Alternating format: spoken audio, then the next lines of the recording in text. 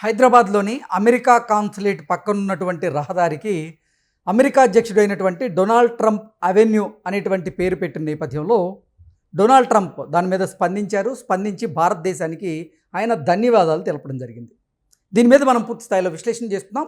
ప్రస్తుతం మనతో పాటున్నారు తెలుగుదేశం పార్టీ తెలంగాణ రాష్ట్ర అధికార ప్రతినిధి సూర్యదేవర లత గారు. వారితో మాట్లాడదాం. లత గారు నమస్తే అండి. నమస్తే. తెలంగాణలో ముఖ్యంగా హైదరాబాద్లో ఉన్నటువంటి ఒక రోడ్డుకి డొనాల్డ్ ట్రంప్ పేరు పెట్టడం, దాని మీద భారత్కి కృతజ్ఞతలు తెలుపుతూ ధన్యవాదాలు తెలుపుతూ డొనాల్డ్ ట్రంప్ ఇప్పుడు స్పందించడం ఏంటి, దీన్ని చూస్తే ఎలా అనిపిస్తుంది అంటారు? డొనాల్డ్ ట్రంప్ గారి పేరు పెట్టడం అనేది అంటే గతంలో మనం చూసుకుంటేనండి లండన్ అంటే అసలు ముందు హైదరాబాద్లో ఉన్నటువంటి అమెరికా కాన్సులేట్ పక్కనున్న రహదారికి డొనాల్డ్ ట్రంప్ అవెన్యూ అని పేరు పెట్టడాన్ని ఎలా చూడాలంటారు? ఇప్పుడు ట్రంప్ గారి పేరు పెట్టడంలో తప్పనైతే ఏమీ కాదు కానివ్వండి, ఊహని పెట్టగలిగేంత ఇది కూడా ఏమీ లేదు. అంటే మనకేమైనా అట్లా మన ఇండియాకి ఏమైనా సపోర్టింగ్గా ఉన్నాడా, లేదంటే మన విద్యార్థులకి కానీ అమెరికా కాన్సులేట్ పక్కనున్న రహదారి కాబట్టి దానికి ఆ పేరు పెట్టి ఉండొచ్చా, లేదంటే ఇంకేదైనా రాష్ట్రానికి ప్రయోజనాలు ఆశించి రేవంత్ రెడ్డి గారి నిర్ణయం తీసుకుని? నేను అంటానని ఏంటంటే అటు ప్లస్ కాదు అటు మైనస్ కాదు, ఏదో పెట్టడంలో తప్పు లేదు. కానీ మనం ఇండియన్స్ గొప్పగా మనకు ట్రంప్ ఏదో చేశాడు అనుకుంటే అదైతే శూన్యం.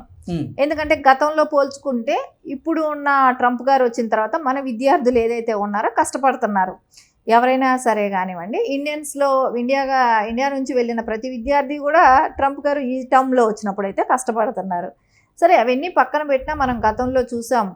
ఎందుకంటే బ్రిటిష్ వాళ్ళు పరిపాలించినప్పుడు కూడా మనం ఇప్పటికీ కూడా చాలా పేర్లు బ్రిటిష్ వాళ్ళది మనం ఇక్కడ ప్రతిదానికి పెట్టుకున్నాం. కాటన్ దొర కానివ్వండి, మనం రాజమండ్రిలో బ్యారేజ్లు కానీ, ఇట్లా చాలా చోట్ల కూడా బ్రిటిష్ వాళ్ళ పేర్లు అప్పుడు పెట్టినవి స్టిల్ ఇంకా కూడా కంటిన్యూ చేస్తున్నాం. అంటే ఆ పేర్లు కూడా మార్చలేదు. వాళ్ళ ఒకవేళ బ్రిటిష్ వాళ్ళు ఇక్కడ నుంచి వెళ్ళిపోయినా కూడా ఆ పేర్లు మార్చకుండా వాళ్ళది అదే కంటిన్యూ చేస్తా కానివ్వండి. ఈ రోజున ట్రంప్ పేరు పెట్టినందు మూలాన అంటే ఎవరికైనా ఎలా అనిపిస్తుంది అంటే అది ఏంటంటే అమెరికన్ ఆఫీస్ అక్కడ ఉంది కదా, కాన్సులేట్ అక్కడ ఉంది, అక్కడికి వెళ్ళాలంటే ఆ రోడ్డు పేరు చెప్పడానికి ఈజీగా ఉంటుంది. ఆ రోజునున్న అధ్యక్షులు కాబట్టి ట్రంప్ గారు అని చెప్పుకోవటానికి ఉంటుంది. కానీ అది అవతల నుంచి కూడా మనకు అదే సపోర్ట్ ఉంటే ఇంకా హ్యాపీగా ఉంటుంది. నేను పెట్టింది తప్పనన్ను కానివ్వండి, మనకు అవతల నుంచి కూడా అంతే సపోర్ట్ ఉండాలి.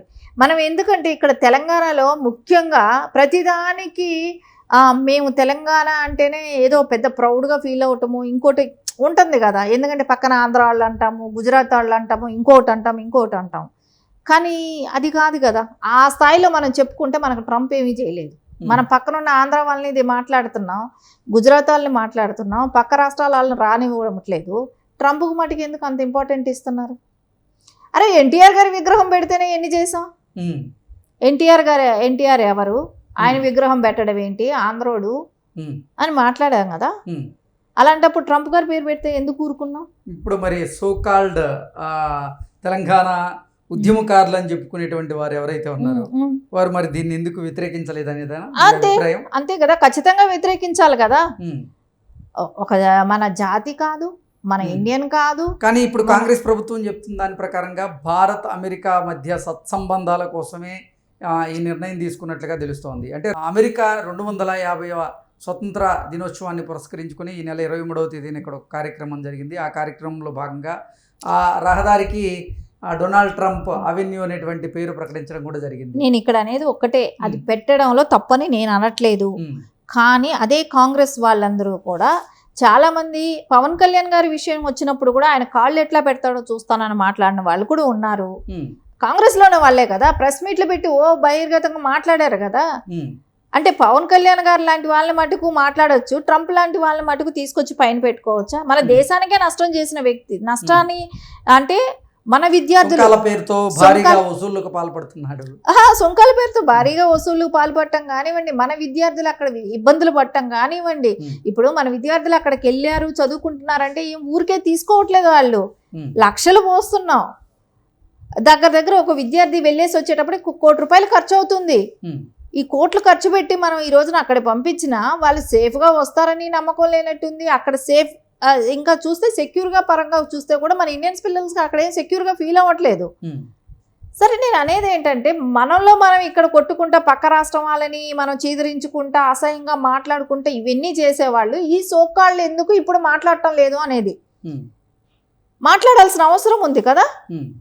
అంటే మీరు ఆంధ్రాని మాట్లాడితే మొగాళ్ళు అయిపోతారా? ఆంధ్రాని మాట్లాడితే గారి విగ్రహ ఆవిష్కరణ జరుగుతూ ఉంటే అడ్డుపడిన వారు, అలాగే ఇక్కడ స్వర్గీయ నందమూరి తారక రామారావు గారి విగ్రహ ఏర్పాటుని అడ్డుకుంటామని చెప్పిన వాళ్ళు ఇప్పుడు మరి ఆ రహదారికి డొనాల్డ్ ట్రంప్ అవెన్యూ అంటూ పేరు పెడితే వారు ఏమైపోయారు అని మీరు ప్రశ్నిస్తున్నారు.